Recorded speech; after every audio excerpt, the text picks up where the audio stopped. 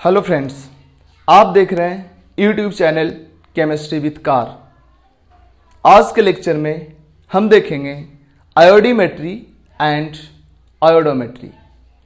Actually ये एक redox titration ही है, बट रेडॉक्स टाइट्रेशन के जिस रेडॉक्स टाइट्रेशन में ये रिएक्शंस यूज होता है उसको हम बोलते हैं आयोडीमेट्री और दूसरे वाले को आयोडोमेट्री। क्या है दोनों समझते हैं, बट ये दोनों जो टाइट्रेशन है रेडॉक्स टाइट्रेशन का ही एग्जाम्पल है। सबसे पहली बात, अगर हमें एक आयोडीन का सॉल्यूशन दिया हुआ है, स्टैंडर्ड सॉल्यूशन, और उसके हेल्प से हाइपो का सॉल्यूशन निकालना है। हाइपो बोलते हैं सोडियम थायोसल्फेट को। यह है सोडियम थायोसल्फेट, बड़ा इंपॉर्टेंट कंपाउंड है, इसमें ऑक्सीडेशन नंबर वगैरह भी पूछा जाता है। और ये है सोडियम टेट्राथायोनेट। सोडियम थायोसल्फेट, या जिसको शॉर्ट में जिसको हाइपो भी बोलते हैं, इनफैक्ट दो नाम है इसका, सोडियम थायोसल्फेट भी नाम है और इसका सोडियम हाइपोसल्फेट भी नाम है, और शॉर्ट में इसको हाइपो भी बोलते हैं। पुराने टाइम में इसका यूज किया जाता था जब डिजिटल फोटोग्राफी नहीं था, जब निगेटिव से पॉजिटिव बनाया जाता था, तो स्टूडियो वाले लोग इसका यूज करते थे। तो हाइपो का आयोडीन के साथ जब रिएक्शन होता है तो बनता है टेट्राथायोनेट एंड NaI। ठीक है, यहां पे आयोडीन रिड्यूस हुआ है और ये खुद ऑक्सीडाइज हुआ है, क्योंकि आयोडीन देखो 0 से -1 में गया तो रिड्यूस हुआ, तो ये पक्का ऑक्सीडाइज हुआ होगा। ऑक्सीडेशन नंबर निकाल के देखोगे पता चल जाएगा। क्या होता है कि अगर तुम्हारे पास स्टैंडर्ड सॉल्यूशन आयोडीन का है और हाइपो सॉल्यूशन का कंसंट्रेशन पता करना है, तो ये टाइट्रेशन हम लोग कराते हैं। मतलब कोनिकल फ्लास्क में आयोडीन सॉल्यूशन ले लेते हैं और ब्यूरेट में ले लेते हैं हाइपो सॉल्यूशन। ठीक है, कोनिकल फ्लास्क में क्या लेते हैं? Iodine solution. आयोडीन सॉल्यूशन ले लिए कोनिकल फ्लास्क में और ब्यूरेट में ले लिए हाइपो ले लिए। और इसके बाद आयोडीन सॉल्यूशन का वॉल्यूम हमें पता रहेगा, कंसंट्रेशन हमें पता है, और ब्यूरेट से कितना हाइपो गिरा उसका वॉल्यूम पता हो जाएगा, और कंसंट्रेशन हमें पता करना है, N1V1 = N2V2 कर देंगे, इसका कंसंट्रेशन नॉर्मलिटी हमें पता चल जाएगा। बट सवाल है कि हमें पता कैसे चलेगा कि ब्यूरेट से जो हाइपो गिर रहा है उसको रोकना कब है। एक्चुअली आयोडीन का जो कलर होता है, आयोडीन का कलर ऐसे तो वायलेट कलर का होता है, आयोडीन सॉलिड होता है तब, लेकिन आयोडीन सबसे पहली बात कि आयोडीन वाटर में डिजोल्व बहुत कम होता है, तो इसका सॉल्यूशन बनाना बड़ा मुश्किल है। तो ये स्टैंडर्ड सॉल्यूशन ये बना कैसे होगा जब पानी में डिजोल्व ही नहीं होता? तो इनफैक्ट आयोडीन का अगर सॉल्यूशन बनाना है तो तुम क्या करो, कोई भी फ्लास्क कोई भी बीकर हो तो उसमें पानी तो रखो ही, वाटर के साथ साथ KI रख दो, KI, और इसमें डालो आयोडीन। तो जब इसमें आयोडीन डालोगे तो ये दोनों मिलके KI3 बन जाता है, KI3, और ये होता है वाटर सोलेबल। ठीक है, ये होता है वाटर सोलेबल, तो ये दोनों मिलके KI3 बन गया जो होता है वाटर सोलेबल। तो जब आयोडीन का सॉल्यूशन बनाना होता है तो बेसिकली आयोडीन प्लस वाटर नहीं लेते हैं, उसमें KI मिला लेते हैं, जिससे कि ये आयोडीन KI3 बन के डिजोल्व हो जाए और इस सॉल्यूशन में I2 अवेलेबल हो। अब तुमको लगेगा I2 तो है नहीं सर, I2 तो I3- बन गया। ठीक है, बट ये जरूरत पड़ने पे ये फिर से KI और I2 प्रोड्यूस करने लगता है। तो इनफैक्ट I2 को ही वाटर सॉल्यूशन में रखना है तो I2 + H2O नहीं रखते हैं, I2 + H2O + KI रखते हैं, ताकि ये दोनों मिलके KI3 बन जाए, और KI3 ज्यादा डिजोल्व होता है विथ रिस्पेक्ट टू I2 तो डिजोल्व भी नहीं होता, बहुत कम होता है। तो I2 को रखने के लिए KI मिला देते हैं ताकि ये दोनों मिलके KI3 बना ले जो वाटर सोलेबल होता है। तो कहीं भी एक्चुअली में आयोडीन सॉल्यूशन लिखा हुआ है तो बेसिकली वो आयोडीन सॉल्यूशन नहीं होता है, वो होता है KI3 का सॉल्यूशन। ठीक है, अब दूसरी बात, एक बात जरा गौर करो कि ये जो KI3 का सॉल्यूशन होता है, इसका जो कलर होता है ये होता है इसका कलर होता है ब्राउन येलो, या बोलो येलोइश ब्राउन। ये होता है येलोइश ब्राउन कलर का। तो अब जरा गौर करो, ये जो आयोडीन का सॉल्यूशन है येलोइश ब्राउन कलर का, इसके साथ जब हाइपो रिएक्ट करेगा तो हाइपो होता है कलरलेस और टेट्राथायोनेट भी होता है कलरलेस। तो इसका जब ये खत्म हो जाएगा, जब यहां से ब्यूरेट से तो हाइपो गिर रहा है, कलरलेस चीज, और ये कैसा है, ये है येलोइश ब्राउन चीज। जैसे जैसे इससे हाइपो गिरेगा, जब यहां से आयोडीन खत्म हो जाएगा, इसमें है कौन, Ki3 है, और ये Ki3 बेसिकली कुछ और नहीं, Ki जो कि कलरलेस होता है प्लस I2 है, बट ये दोनों मिलके Ki3 बनाता है जो येलोइश ब्राउन कलर का होता है। तो जब इससे गिरने लगता है हाइपो, तो हाइपो इससे I2 को छीनने लगता है और I2 को निकाल के इसके साथ रिएक्ट कर लेता है हाइपो, इसके साथ रिएक्ट कर लेता है हाइपो, और इस तरह से इसका जब सारा I2 निकल जाएगा तो ये केवल Ki बचेगा और Ki कलरलेस होता है। मतलब इसका जो येलोइश ब्राउन कलर है जब खत्म हो जाएगा, हम समझेंगे इसका सारा आयोडीन खत्म हो गया। इसका येलोइश ब्राउन कलर कब खत्म होगा, जब इससे सारा आयोडीन निकल के रिएक्ट कर लेगा हाइपो के साथ जो ऊपर से आ रहा है, ठीक है। मतलब इसका येलोइश ब्राउन कलर जब खत्म हो जाएगा तो हम समझेंगे इसका सारा आयोडीन खत्म हो गया। आयोडीन खत्म होगा मतलब I2 खत्म हो गया, I माइनस तो रहेगा ही, और इसके कारण कलर थोड़े ना है, सारा आयोडीन इसका I2 खत्म हो गया। लेकिन होता क्या है एक्चुअली में, जो इसका येलोइश ब्राउन कलर है, येलोइश ब्राउन कलर से जब कलरलेस होता है तो इसमें शार्प एंड पॉइंट पता नहीं चल पाता है। मतलब येलोइश ब्राउन कलर से जब कलरलेस होता है तो मतलब जब तुम देखते हो ना, तो अभी है येलोइश ब्राउन कलर और अभी कलर खत्म हो गया, तो इसको एकदम ऐसा नहीं कि अभी अभी जस्ट खत्म हुआ, ये पता नहीं चल पाता है। मतलब जैसे ब्यूरेट से हाइपो गिरा रहे हैं, अब ये है yellowish brown colour, yellowish brown colour, तो एक ड्रॉप गिरा येलोइश ब्राउन है, दूसरा drop yellowish brown, yellowish brown, yellowish brown, अगला ड्रॉप में एकदम खत्म हो गया, ऐसा नहीं होता है। उसमें क्या होगा ना कि कम हुआ, फिर कम हुआ, फिर कम हुआ कलर, तो इससे पता ही नहीं चलता है कि हमको कब इसको रोकना है। मतलब येलोइश ब्राउन कलर कम हुआ थोड़ा, फिर थोड़ा कम हुआ, फिर थोड़ा कम हुआ, इस तरह से कम होते होते खत्म होता है। तो हमें पता ही नहीं चलता है कि किस पॉइंट पे इसको रोकना है, हाइपो जो गिर रहा है उसको रोकना है। इसी को बोलते हैं कि शार्प एंड पॉइंट का नहीं मिल पाना, शार्प एंड पॉइंट मिल ही नहीं पाता है कि कब इसको रोकना है।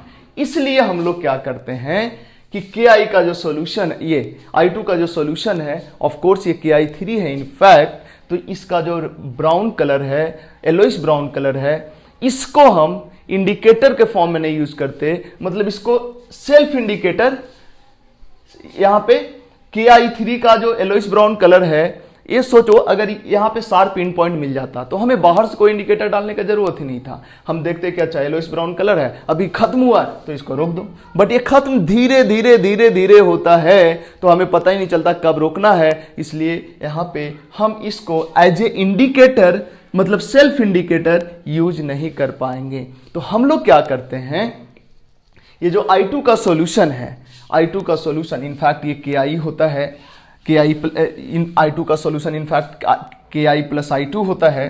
तो ये जो I2 का सॉल्यूशन है, इसमें हम लोग क्या करते हैं, थोड़ा सा स्टार्च मिला देते हैं। क्या मिला देते हैं, स्टार्च। इनफैक्ट स्टार्च पोटैटो वगैरह में भी होता है। अगर पोटैटो है, पोटैटो आलू को काट दो और उसके ऊपर थोड़ा सा आयोडीन का टुकड़ा डाल दो, तो जहां पे आयोडीन का टुकड़ा डालोगे ना, वहां पे ब्लू कलर का हो जाएगा, ब्लू, डीप ब्लू। ठीक है, एक्चुअली होता क्या है, अच्छा अब ये जो जिस फ्लास्क में, जिस कोनिकल फ्लास्क में आयोडीन सॉल्यूशन है, उस कोनिकल फ्लास्क में हम क्या करते हैं, थोड़ा सा स्टार्च डाल देते हैं। पोटैटो में भी स्टार्च होता है और ऐसे स्टार्च सॉल्यूशन भी लैब में होता है। ठीक है, तो स्टार्च को जैसे ही इस Ki के सॉल्यूशन, Ki3 के सॉल्यूशन या फिर बोलो I2 सॉल्यूशन में डालते हैं, तो I2 स्टार्च के साथ रिएक्शन करके डीप ब्लू सॉल्यूशन बनाता है। ठीक है, तो अब क्या हुआ, इंडिकेटर के लिए हम क्या डाल दिए, स्टार्च डाल दिए। किसमें, ये जो कोनिकल फ्लास्क था जिसमें I2 था, जिसमें कौन था, I2 था, I2 बोलो या बोलो Ki3 था। इसमें जैसे ही स्टार्च डाले या इसमें जैसे ही स्टार्च डाले तो ये इसका KI बाहर हुआ और I2 जो है ये स्टार्च के साथ कॉम्प्लेक्स बना लिया। कॉल आ रहा है भाई, कौन कॉल कर रहा है? ये जो I2 है स्टार्च के साथ कॉम्प्लेक्स बना लिया, या इस तरह से ना लिखो, सीधे I2 लिखो तो ये तो साफ दिख रहा है। I2 स्टार्च के साथ क्या होगा? कॉम्प्लेक्स बना लेगा, और ये जो कॉम्प्लेक्स मतलब एक कंपाउंड फॉर्म कर लेगा, और वो जो कंपाउंड होगा वो ब्लू कलर का होगा। तो मतलब ये दोनों जुड़ा रहेगा, मतलब ऐसे लिख सकते हो स्टार्च I2, ठीक है, इसके साथ जुड़ गया और ये डीप ब्लू कलर का होता है। अब देखो, अब ये जो कोनिकल फ्लास्क में सॉल्यूशन है कैसा है? Deep blue solution, deep blue solution है। इसमें ब्यूरेट से क्या मिला रहे हो? ब्यूरेट से क्या मिला रहे हो तुम? ब्यूरेट से मिला रहे हो तुम हाइपो, जो कि कलरलेस है। अब ये जैसे जैसे हाइपो इसमें आएगा, जैसे ही इसका सारा आयोडीन खत्म होगा, डीप ब्लू सॉल्यूशन कलरलेस में कन्वर्ट हो जाएगा। मतलब इसका आयोडीन जैसे ही खत्म होगा इसका कलर खत्म हो जाएगा। तो यहां पे डीप ब्लू से तुरंत से कलरलेस, यहां धीरे धीरे कलरलेस नहीं होता है, इनफैक्ट शार्प इन पॉइंट इसमें आता है। मतलब डीप ब्लू सॉल्यूशन है, अभी हाइपो गिरा डीप ब्लू, हाइपो गिरा डीप ब्लू, हाइपो गिरा डीप ब्लू, और एक पॉइंट के बाद एक ड्रॉप गिरा हाइपो का, और आयोडीन अभी जस्ट सबका सब खत्म हो गया, तुरंत से क्या आ गया? कलरलेस सॉल्यूशन आ गया। ठीक है, मतलब आयोडीन का कुछ भी ड्रॉप, कुछ भी थोड़ा भी अमाउंट इसमें होता है तो ये डीप ब्लू होता है। मतलब आयोडीन जब खत्म हुआ तुरंत से कैसा? कलरलेस आ गया। कलरलेस आया, इसको हम बंद कर दिए। मतलब ये बोल सकते हैं कि स्टार्च जब हम एज ए इंडिकेटर, यहां पे स्टार्च क्या यूज कर रहे हैं? As a indicator. स्टार्च के कारण इस सॉल्यूशन का कलर ब्लू था, और जैसे ही हाइपो आते गया, हाइपो जब स्टार्च से I2 को छीनने लगा, तो जब सारा I2 कंज्यूम हो जाएगा तो फिर क्या हो जाएगा? सॉल्यूशन कलरलेस हो जाएगा। कलरलेस हो गया, हम इसको बंद कर देंगे। मतलब स्टार्च के केस में शार्प पिन पॉइंट आता है। ठीक है, तो ये जो आयोडीमेट्री है इसमें इंडिकेटर कौन यूज करते हैं हम लोग? स्टार्च। ठीक है, हालांकि ये जो कुछ भी बताया ये बहुत इंपॉर्टेंट नहीं है। इंपॉर्टेंट तो वो है जो अभी हम बात करने वाले हैं। लेकिन ये स्टार्च के साथ आयोडीन का complex deep blue solution, deep blue complex होता है, ये इंपॉर्टेंट है। ये आगे चल के तुमको बायोमोलिकुल्स में भी पढ़ना है, मतलब इंजीनियरिंग वालों को भी, केमिस्ट्री में हम बात कर रहे हैं। तो यहां पे तो टाइट्रेशन में तो तुमको बस यही यूज करना है कि जैसे ही इन पॉइंट आ गया, मतलब स्टार्च I2 के साथ कॉम्प्लेक्स बना के जो ब्लू कलर था, जैसे ब्लू कलर डिसअपियर हुआ, ब्यूरेट को रोक दो, ब्यूरेट से जो हाइपो गिर रहा था उसको रोक दो। हाइपो का कितना वॉल्यूम यूज हुआ ये हमें पता चल गया। कोनिकल फ्लास्क में आयोडीन का जो सॉल्यूशन था उसका कितना वॉल्यूम था ये भी हमें पता है। मतलब इसका हमें वॉल्यूम पता है, इसका भी वॉल्यूम पता है। ये चूंकि स्टैंडर्ड सॉल्यूशन था तो इसका नॉर्मलिटी भी हमें पता था, और इसका नॉर्मलिटी हमें पता नहीं है। इसका नॉर्मलिटी हमें पता नहीं है। बट किसी भी रिएक्शन में तो हम बोल ही सकते हैं number of equivalent of I2, number of equivalent of I2 is equal to number of equivalent of Na2H2O3 hypo, और यहां से हो गया N1V1 is equal to N2V2, और ये N2 निकालना था, N2 निकल जाएगा। सिंपल, वही इक्विवेलेंट को इक्वेट कर दिए। ठीक है, तो ये होता है आयोडीमेट्री में। ध्यान देना, आयोडीमेट्री और आयोडोमेट्री में क्या डिफरेंस है? आयोडीमेट्री में डायरेक्ट टाइट्रेशन विथ I2 का डायरेक्ट टाइट्रेशन कराते हैं, सिंगल रिएक्शन में हो जाता है। आयोडोमेट्री में भी I2 का ही रिएक्शन होता है, विथ I2 ही रिएक्शन होता है, but indirect titration with I2। ठीक है, आयोडोमेट्री में इनडायरेक्ट टाइट्रेशन करते हैं I2 के साथ, और आयोडीमेट्री में डायरेक्ट करते हैं। इनडायरेक्ट मतलब क्या, अभी हम समझते हैं। आयोडीमेट्री में सिंगल रिएक्शन में काम चल जाएगा, आयोडोमेट्री में 2 रिएक्शन लेना पड़ता है। ठीक है, तो नाम है, ये नहीं भी याद रहेगा कौन आयोडोमेट्री है कौन आयोडीमेट्री है, चलेगा। ठीक है, तो अब हम देखते हैं कौन आयोडोमेट्री। ऐसे देखो, इतना कुछ हमने बताया, इनफे अभी तक जो कुछ हम बता रहे थे, कौन सा इंडिकेटर लेंगे, ये लेंगे, वो लेंगे, उसमें तुमको दिक्कत हो सकता है क्योंकि उसमें बहुत ज़्यादा हमने बात नहीं किया, बट जितना बात किया वो सॉलिड है, वो तुमसे पूछा जाएगा। कौन है भाई, कौन कॉल कर रहा है? तो इसके बाद अब देख लेते हैं आयोडोमेट्री। हटाते हैं आयोडीमेट्री।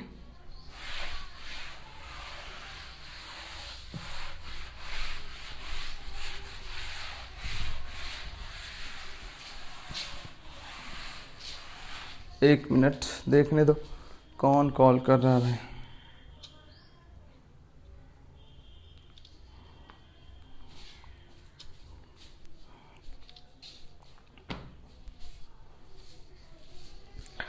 आयोडोमेट्री। आयोडोमेट्री में देखो क्या आयोडोमेट्री, तुम्हारे पास इसमें हम डिटेल प्रोसीजर में नहीं जा रहे हैं क्योंकि जरूरत नहीं है उतना का, तुमको पढ़ना भी नहीं है। तो कैसे इस पे बेस्ड कैलकुलेशंस करेंगे, कैसे क्या किसी का मोलरिटी नॉर्मिटी निकालेंगे, वो हम केवल देखेंगे। इसमें क्या होगा, तुम्हारे पास एक स्टैंडर्ड, इसमें स्टैंडर्ड सॉल्यूशन हाइपो होगा। इसके पहले वाले में स्टैंडर्ड सॉल्यूशन I2 था और हाइपो का कंसंट्रेशन या नॉर्मिलिटी हम निकाले थे। यहां पे क्या होगा, एक नॉन स्टैंडर्ड सॉल्यूशन होगा। ये जो सॉल्यूशन है नॉन स्टैंडर्ड है, नॉन स्टैंडर्ड है, ठीक है। स्टैब लिख दिया, नॉन स्टैंडर्ड है।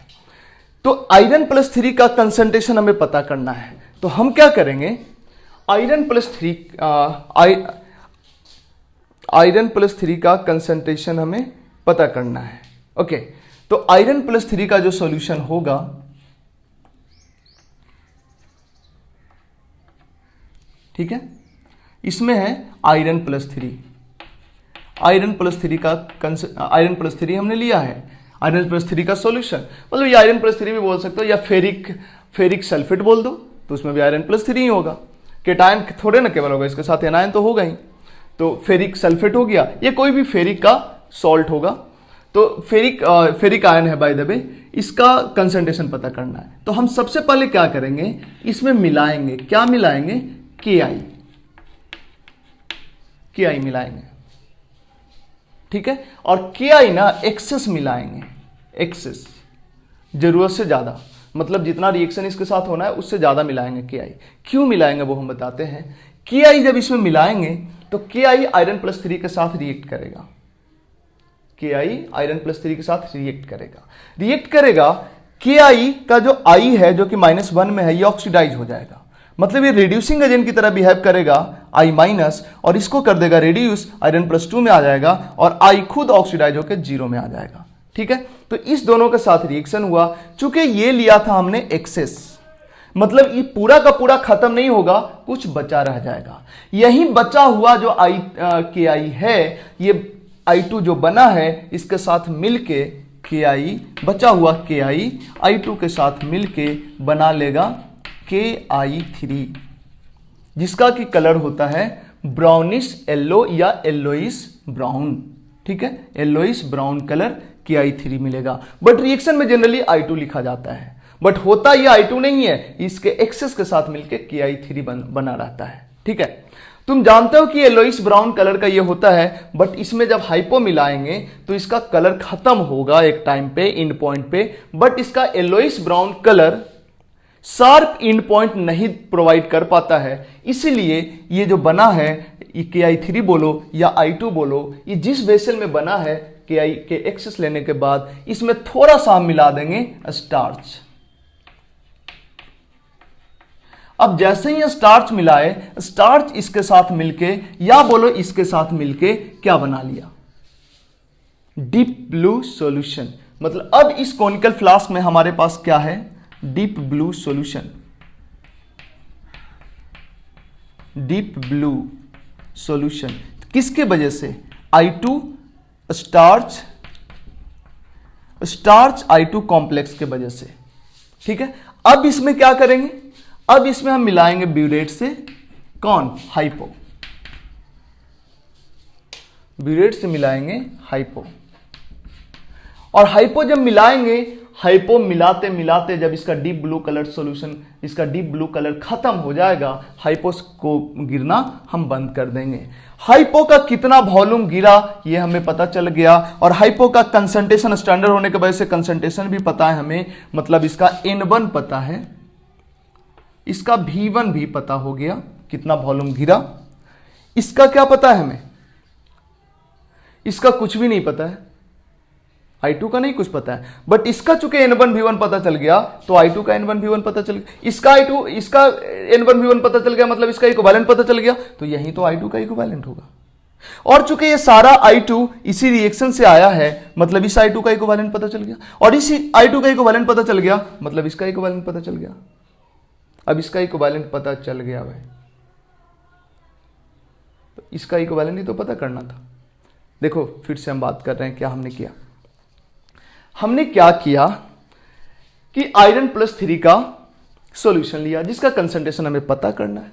इसमें थोड़ा KI मिलाया, KI एक्सेस मिलाया। एक्सेस मिलाने से क्या हुआ कि आयरन प्लस 3 के साथ KI का जब रिएक्शन हुआ तो I2 लिबरेट हुआ और Fe+2 बना, और ये जो I2 बना, ये जो KI एक्सेस ले लिया था, ये कुछ बचा रह गया, जिसके साथ ये जो I2 बना, ये दोनों मिलकर कॉम्प्लेक्स बना लिया, KI3 बना लिया, जो कि ब्राउनिश येलो होता है या येलोइश ब्राउन कलर का होता है, डिपेंडिंग ऑन कंसंट्रेशन। ठीक है, कंसंट्रेशन चेंज करता है तो येलोइश से ब्राउन कलर की तरफ जाता है, बट इसको ब्राउनिश येलो बोल सकते हो, या कई केस में ब्राउन भी बोला जाए, कई केस में येलो भी बोला जाता है। इनफैक्ट ये कंसंट्रेशन पे डिपेंड करता है, लो कंसंट्रेशन पे ये येलो होता है और हाई कंसंट्रेशन पे ब्राउन होता है KI3।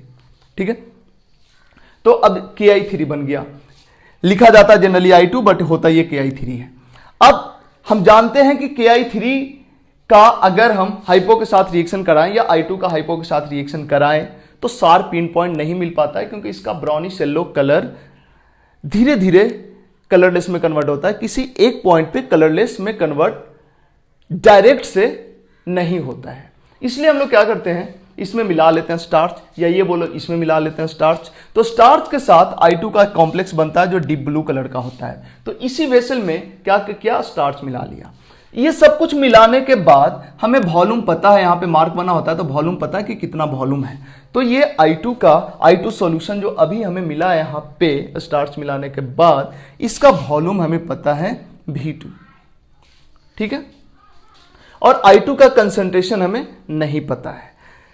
अब इस स्टार्च सॉल्यूशन में जब हाइपो डालेंगे तो हाइपो इस स्टार्च सॉल्यूशन के इस I2 सॉल्यूशन का डीप ब्लू कलर डिसअपियर जैसे ही होगा, हाइपो को गिरना बंद कर देंगे, तो इसका तो वॉल्यूम पता चल गया कहां से कहां गिरा, इसका कंसंट्रेशन भी हमें पता था, नॉर्मलिटी पता था, इसका हमें वॉल्यूम I2 सॉल्यूशन का वॉल्यूम पता था, बट नॉर्मलिटी हमें नहीं पता था। तो यहां से इसका नॉर्मलिटी I2 का निकल जाएगा। यह एक सिंपल सा बात है, हमें I2 का नॉर्मलिटी नहीं निकालना था, हमें निकालना था किसका नॉर्मलिटी, हमें आयरन प्लस 3 का नॉर्मलिटी निकालना था। तो इतना कुछ करने के बजाय एक तरीका और है, हालांकि टाइट्रेशन में तो हम करेंगे यही, इसका Na2H2O3 का क्या निकल गया, N1V1 क्या इक्विवेलेंट है। अब जरा गौर करो, थोड़ा सा हम रुकते हैं और देखते हैं क्या हम ये लिख सकते हैं कि ये जो आयरन प्लस 3 है उसका ये रिएक्शन से इसका जितना इक्विवेलेंट रिएक्ट किया होगा इसका उतना ही इक्विवेलेंट बना होगा। ये तो है लॉ ऑफ केमिकल इक्विवेलेंस। तो हम बोल सकते हैं number of equivalent of iron plus 3 in first reaction, यहां पे फर्स्ट रिएक्शन लिखने का जरूरत नहीं है क्योंकि आयरन प्लस 3 तो एक ही है। Number of equivalent of iron plus 3 is equal to number of equivalent of I2 in first reaction is equal to number of equivalent of I2 in second reaction is equal to number of equivalent of hypo. एक minute, कहाँ गया भाई चौक। देखो तो जरा गौर करना, इसका जितना इक्विवेलेंट होगा इसका उतना इक्विवेलेंट होगा, लॉ ऑफ केमिकल इक्विवेलेंस का था। और चूंकि यहां जितना आयोडीन निकला है वही आयोडीन हाइपो के साथ रिएक्शन किया है, इसका मतलब इसका इक्विवेलेंट इसके इक्विवेलेंट के बराबर, इसका इक्विवेलेंट इसके इक्विवेलेंट के बराबर, और यही सारा आयोडीन हाइपो के साथ रिएक्शन किया, मतलब ये आयोडीन है ये आयोडीन तो सेम ही है, मतलब इसका इक्विवेलेंट इसके इक्विवेलेंट के बराबर, इसका इक्विवेलेंट इसके इक्विवेलेंट के बराबर, इसका इक्विवेलेंट इसके इक्विवेलेंट के बराबर, लॉ ऑफ केमिकल इक्विवेलेंस से वही हमने लिखा है। number of equivalent of iron plus 3 is equal to number of equivalent of I2 in first reaction is equal to number of equivalent of I2 in second reaction is equal to number of equivalent of hypo।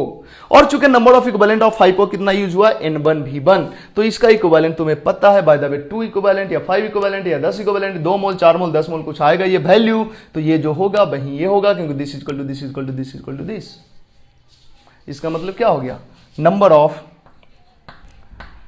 Of equivalent of iron plus 3 आ गया तुम्हारा N1V1। अब इसका equivalent पता चल गया तो तुम्हें इसका क्या पता करना है, कंसंट्रेशन पता करना है ना। तो आयरन प्लस 3 का कितना वॉल्यूम था, जब इसका इक्विवेलेंट पता चल गया तो नॉर्मलिटी ऑफ आयरन प्लस 3 क्या हो जाएगा, बताओ। इक्विवेलेंट पता चल गया तो इक्विवेलेंट बाई वॉल्यूम, मतलब जो आयरन प्लस 3 का सॉल्यूशन जितना सैंपल इसमें लिए थे उसी सैंपल से आयरन प्लस 3 का जो भी यहाँ पे वॉल्यूम था सॉल्यूशन का, उस वॉल्यूम से हम डिवाइड कर देंगे तो आयरन प्लस 3 का क्या आ जाएगा, नॉर्मलिटी आ जाएगा। हम इसके हेल्प से इसका नॉर्मलिटी निकाले, ठीक है।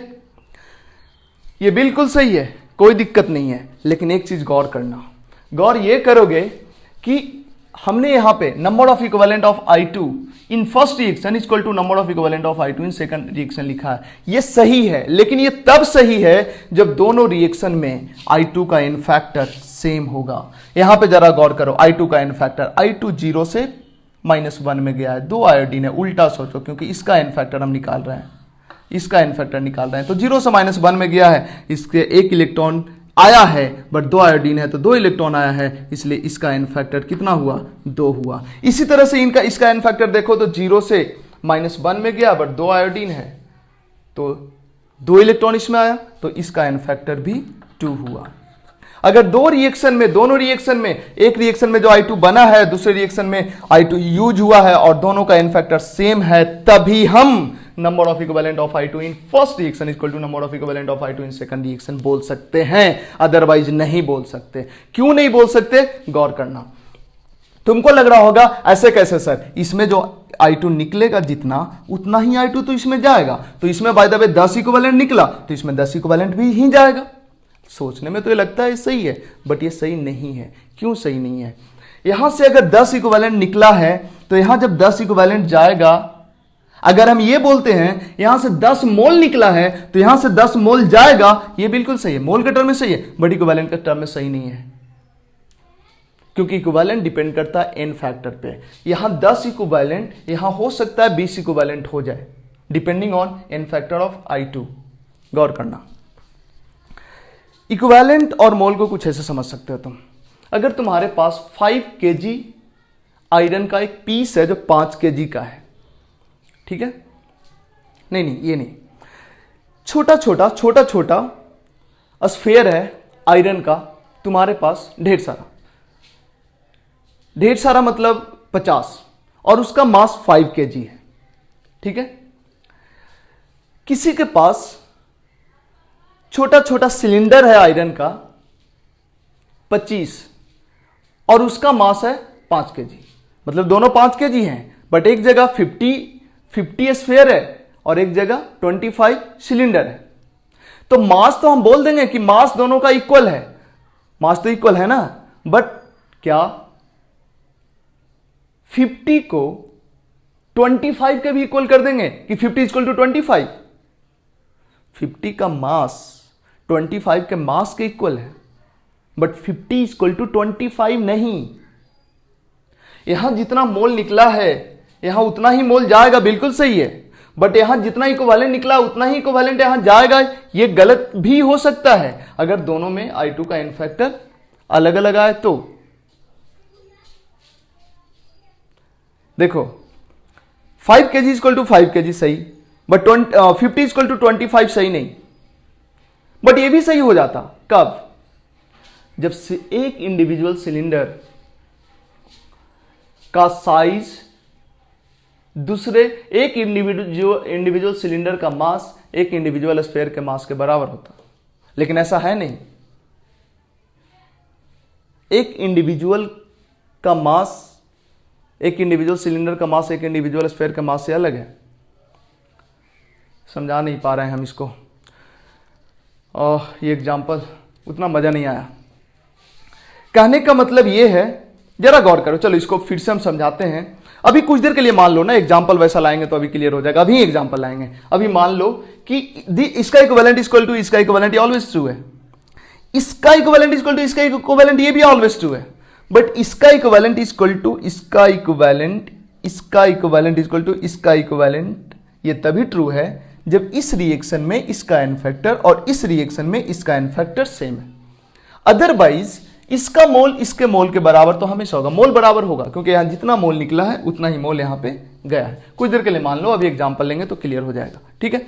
बट ये जो सिचुएशन हमने लिया था, इसमें इसका एन फैक्टर सेम था, इसलिए हमने number of equivalent of I2 in first reaction equal to number of equivalent of I2 in second reaction किया था। अदरवाइज ये सही नहीं भी हो सकता था, जो कि आगे के एग्जांपल में हम करेंगे ऐसा। मतलब ये हमेशा ट्रू नहीं है, कंडीशनली ट्रू है, ठीक है।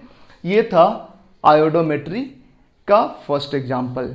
समझ में आया होगा आयोडीमेट्री और आयोडोमेट्री। आयोडीमेट्री में डायरेक्ट I2 का सॉल्यूशन का कंसंट्रेशन निकालते थे हम लोग, I2 का सॉल्यूशन का कंसंट्रेशन पता होता था और उससे निकालते थे हाइपो का कंसंट्रेशन। बट यहाँ पे रिएक्शन आयोडीन का ही कर रहे हैं, लेकिन आयोडीन हम यूज नहीं कर रहे हैं। एक्चुअली हम KI यूज करके आयोडीन बना रहे हैं और उस बने हुए आयोडीन का रिएक्शन हम स्टैंडर्ड सॉल्यूशन से करा रहे हैं। और एक्चुअली में हमें पता आयोडीन का कंसंट्रेशन नहीं करना है, हमें Iron+3 का कंसंट्रेशन पता करना है।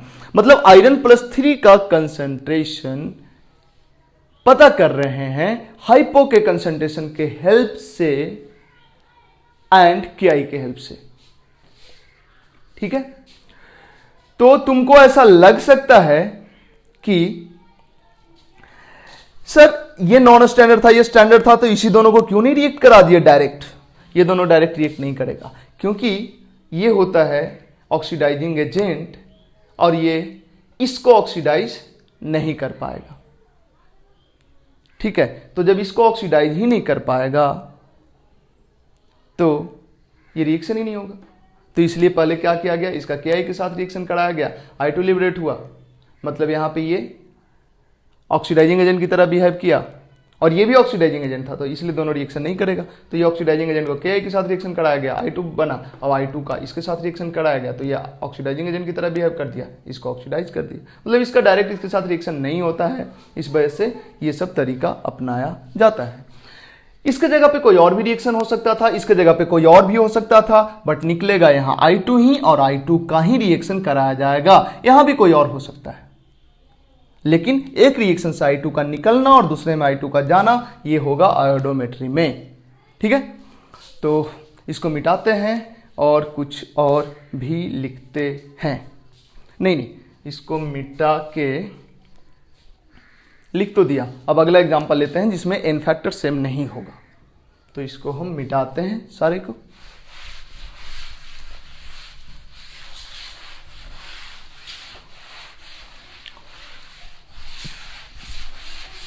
एक बार मेरे को टैबलेट को देखने दो, रिकॉर्डिंग प्रॉपर हो रहा है या नहीं।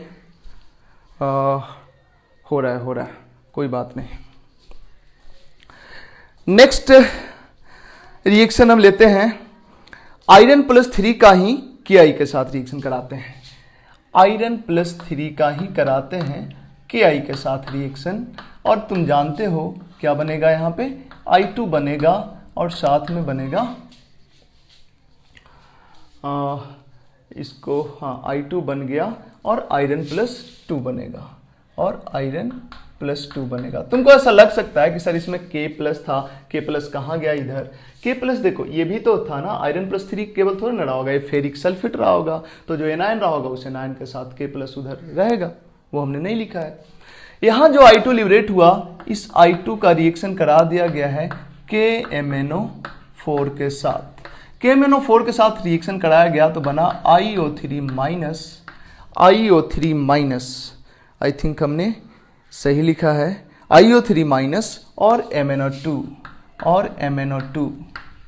हमने बताया था, अब तुमको लगेगा कि सर KMnO4 तो +7 से +2 में जाता था, एसिडिक मीडियम में जाता था। हो सकता है मीडियम अलग हो, और इनफैक्ट न्यूट्रल मीडियम में या माइल्ड बेसिक मीडियम में यही रिएक्शन होता है, Mn+4 में जाता है। तो ये रिएक्शन है, ठीक है। मतलब आयरन +3 का कंसंट्रेशन पता करना है, ये स्टैंडर्ड है, ये स्टैंडर्ड है और ये नॉन स्टैंडर्ड है, ठीक है। इससे आयोडीन निकला और यही आयोडीन सेकंड रिएक्शन में गया है, तो क्या number of equivalent of I2 equal to number of equivalent of I2 हम लिख सकते हैं या नहीं, इसी को देखना है। जरा गौर करो, हम लिख सकते हैं number of equivalent of iron +3 is equal to number of equivalent of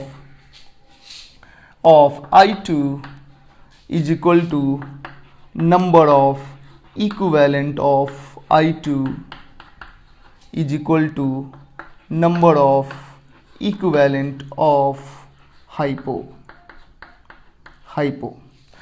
ये है number of equivalent of I2 in first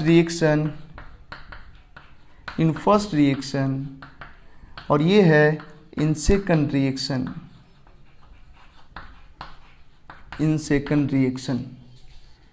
ठीक है।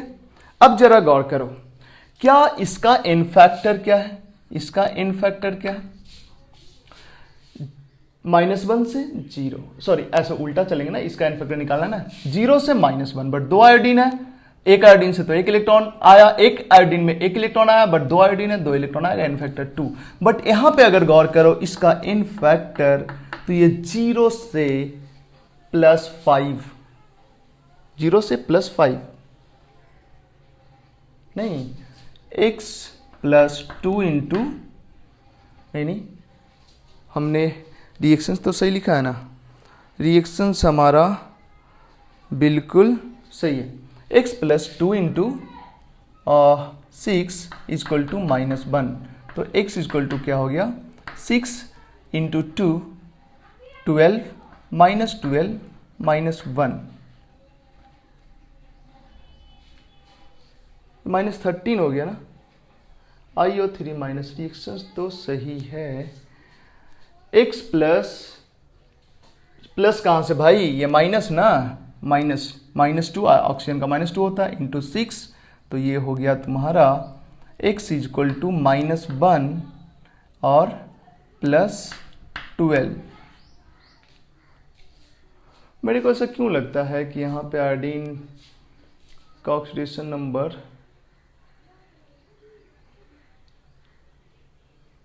क्यों ऐसा हो रहा है भाई, हम क्यों, कुछ गड़बड़, IO3 माइनस ही तो बनता है, KMnO4 + I2। एक मिनट, x +3 इंटू 6 क्यों लिख रहे थे वह, 3 इंटू -2 इक्वल टू -1, यहाँ से x आ गया -1 और 3 2 जा 6, तो ये -6 तो इधर +6, ठीक है ना, 3 2 जा -6, उधर गया +6 हो गया, 6 में से बन गया, तो ये हो गया 5। हाँ अब सही है, गलती हो रहा था। तो I यहाँ पे I का ऑक्सीडेशन नंबर है +5, तो जब +5 है, बट यहाँ आयोडीन 0 से +5 में गया, 2 आयोडीन है, तो इसमें से कितना इलेक्ट्रॉन निकला, 10 इलेक्ट्रॉन निकला, मतलब इसका एन फैक्टर 10। गौर करना जरा, ऊपर वाले में एन फैक्टर 2, नीचे वाले में आयोडीन का एन फैक्टर 10। अब देखो इसको, अब जरा समझना, बाय द वे इसका I2 का इक्विवेलेंट है, ध्यान देना, ऊपर वाले में I2 का इक्विवेलेंट है 50, तो I2 का मोल कितना होगा ऊपर वाले में, 50/2, एन फैक्टर से डिवाइड करते हैं तो मोल निकलता है, मतलब ऊपर वाले में I2 का मोल है 25, यही 25 मोल I2 यहां आया होगा, तो नीचे वाले में I2 का मोल कितना हो गया 25, नीचे वाले में इक्विवेलेंट ऑफ I2 क्या है, जरा गौर करना, जब 25 मोल आया तो इक्विवेलेंट कैसे निकालेंगे, इसके एन फैक्टर से मल्टीप्लाई करेंगे, 25 इंटू 100। फिर से जरा समझना, हम मान लिए mole of I2 is equal to 25 या 50 मतलब यहाँ 50 मोल I2 का निकला है, तो ये तो क्लियर है ना, यहाँ 50 मोल निकलेगा तो यहाँ 50 मोल ही जाएगा। मोल तो फिक्स रहेगा, मोल तो चेंज नहीं करेगा, क्योंकि जितना मोल यहाँ निकला उतना ही मोल यहाँ जाएगा। मोल की ये थोड़े ना यहाँ पे I2 और कहीं कंज्यूम हो रहा है। हम मान लिए कि ऊपर वाले रिएक्शन में I2 का मोल 50 है, ऊपर वाले में 50 है तो नीचे वाले में भी 50 होगा। अब देखो इसी 50 मोल के करस्पॉन्डिंग अगर हम बात करें number of equivalent of I2 in first reaction कितना हो जाएगा? 50 इंटू n फैक्टर 2। बट इसी 50 मोल के करस्पॉन्डिंग यहां पे इक्विवेलेंट क्या हो जाएगा? Number of equivalent of I2 in second reaction 50 मोल ही है, बट यहां पे देखो क्या हो जाएगा 50 इंटू 10, मतलब यहां पे कितना हो गया 100 इक्विवेलेंट, और यहां कितना हो गया 500 इक्विवेलेंट। देखो मोल दोनों जगह आयोडीन का सेम है, 25 मोल ही है, बट 25 मोल के करस्पॉन्डिंग यहां पे 100 इक्विवेलेंट आ रहा है, और 50 दोनों जगह हमने 50 मोल्स लिया है, मतलब यहां जो 50 मोल्स निकला है यहां भी 50 मोल्स ही जाएगा, तो मोल्स तो दोनों जगह सेम है। तो यहां 50 मोल्स के करस्पॉन्डिंग I2 का इक्विवेलेंट आया 100, जबकि यहां 50 मोल्स के करस्पॉन्डिंग I2 का इक्विवेलेंट आया 500। तो कोई ये बोले कि यहां 50 मोल निकला यहां 50 मोल गया, ये तो सही है, बट कोई ये बोले कि यहां 100 इक्विवेलेंट निकला और यहां 500 इक्विवेलेंट गया, तो भी ये सही है, क्योंकि 100 इक्विवेलेंट यहां के 500 इक्विवेलेंट के बराबर है। लेकिन कोई ये बोल दे कि यहां का 100 इक्विवेलेंट निकला और यहां 100 गया, तो ये गलत है। यहां से 100 निकला तो यहां 500 गया, लेकिन मोल के टर्म में यहां जितना मोल निकला उतना ही मोल यहां गया, मोल के टर्म में सही है, बट इक्विवेलेंट के टर्म में यहां से जितना इक्विवेलेंट निकला उतना ही इक्विवेलेंट यहां गया, जरूरी नहीं है, डिपेंडिंग ऑन n फैक्टर। समझ रहे हो? तो इसलिए बोला जाता है कि अगर रिएक्शन को बैलेंस करके तुम कैलकुलेशन करते हो तो कभी कोई गलती होने का चांस नहीं है, बट इक्विवेलेंट कॉन्सेप्ट कई जगह पे धोखा दे देता है। बट धोखा क्या, अगर तुम समझो कि यहाँ पे n फैक्टर अलग अलग है तो इक्विवेलेंट कॉन्सेप्ट हम यूज नहीं कर सकते, फिर यहाँ पे मोल्स के टर्म में यूज करना पड़ेगा, तो हो जाएगा, तुमसे भी कोई दिक्कत नहीं होगा। तो अब सवाल है एक क्वेश्चन का, देखते हैं एक क्वेश्चन, जरा गौर करना। This not equal to this, ये दोनों तो इक्वल नहीं होगा इसमें।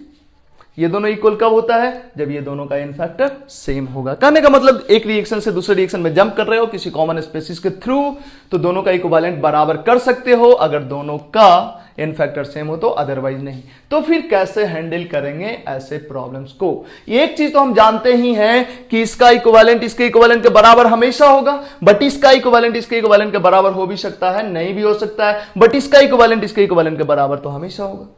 तो एक काम करते हैं ना, यहां से जब यहां जाना है तो इक्विवेलेंट कॉन्सेप्ट यूज करते हैं, यहां से जब यहां जाना है तो इक्विवेलेंट फेल भी कर सकता है, तो हम क्या करते हैं, इसको यहां से जब यहां गया तो इसका इक्विवेलेंट निकाल लिए। अब इसको मोल में कन्वर्ट कर लो, इसका जितना मोल होगा उतना ही मोल इसका होगा, क्योंकि मोल में तो कोई लोचा नहीं है, इसका मोल निकल गया। अब इसका मोल से अब इधर बढ़ना है तो रिएक्शन बैलेंस करने के बजाय इसका मोल से निकल गया तो इसका इक्विवेलेंट निकाल लो, इसका इक्विवेलेंट निकाल लो, फिर इसके इक्विवेलेंट को इसके इक्विवेलेंट के बराबर कर दो, सिंपल।